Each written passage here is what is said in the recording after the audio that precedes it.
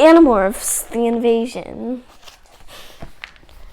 Chapter 24.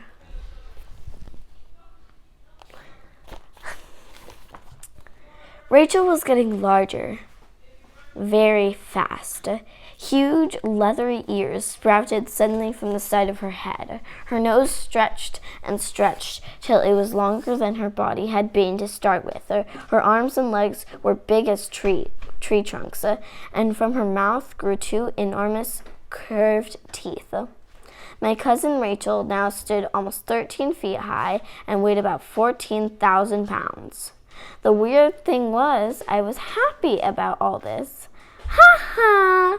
I heard Rachel's triumphant laugh. I did it. The Hork-Bajir and Taxon came closer. Rachel began twitching her little ropey tail.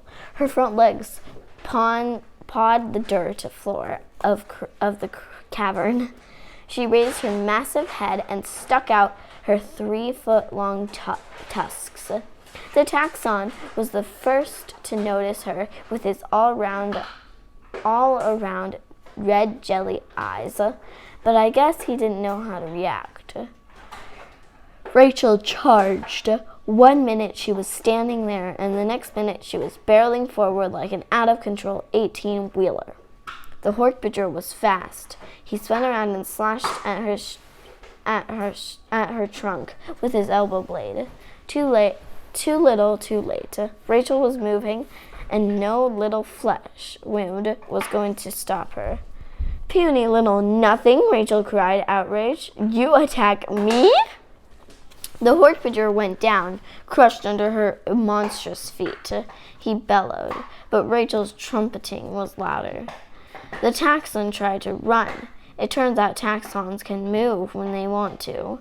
It also turns out elephants are faster than you think. They can be very fast.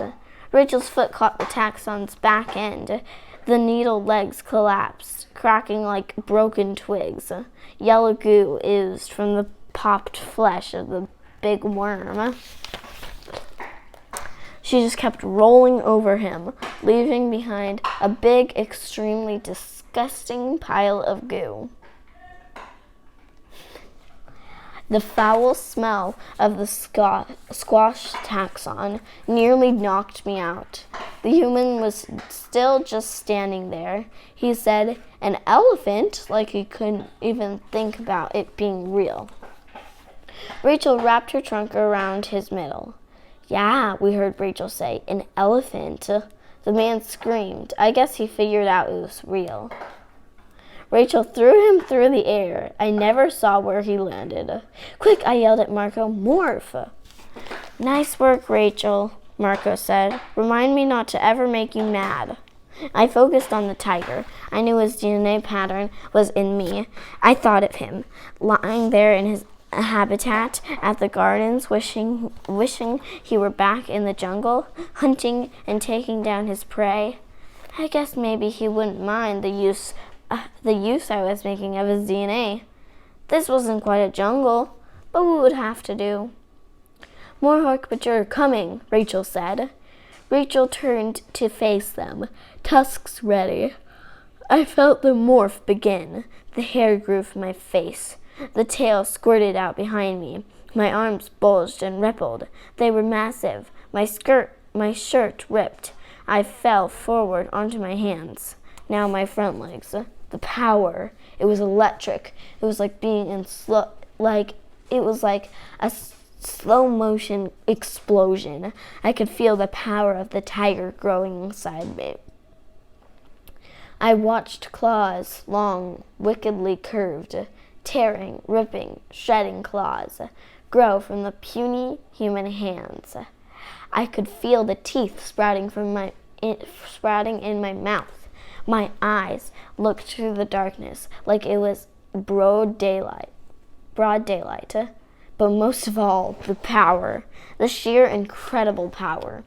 I was afraid of nothing. Hork-Bajir were running at me, their arm blades slashing in the air. I opened my mouth and I roared. The Hork-Bajir stopped dead in their tracks. That's right, my little Hork-Bajir friends, the human part of my brain thought. Time to meet the tiger. The muscles in my back legs coiled up. I bared my teeth and gave them another roar loud enough to make the ground quiver. I leaped through the air, claws outstretched. Things are getting interesting.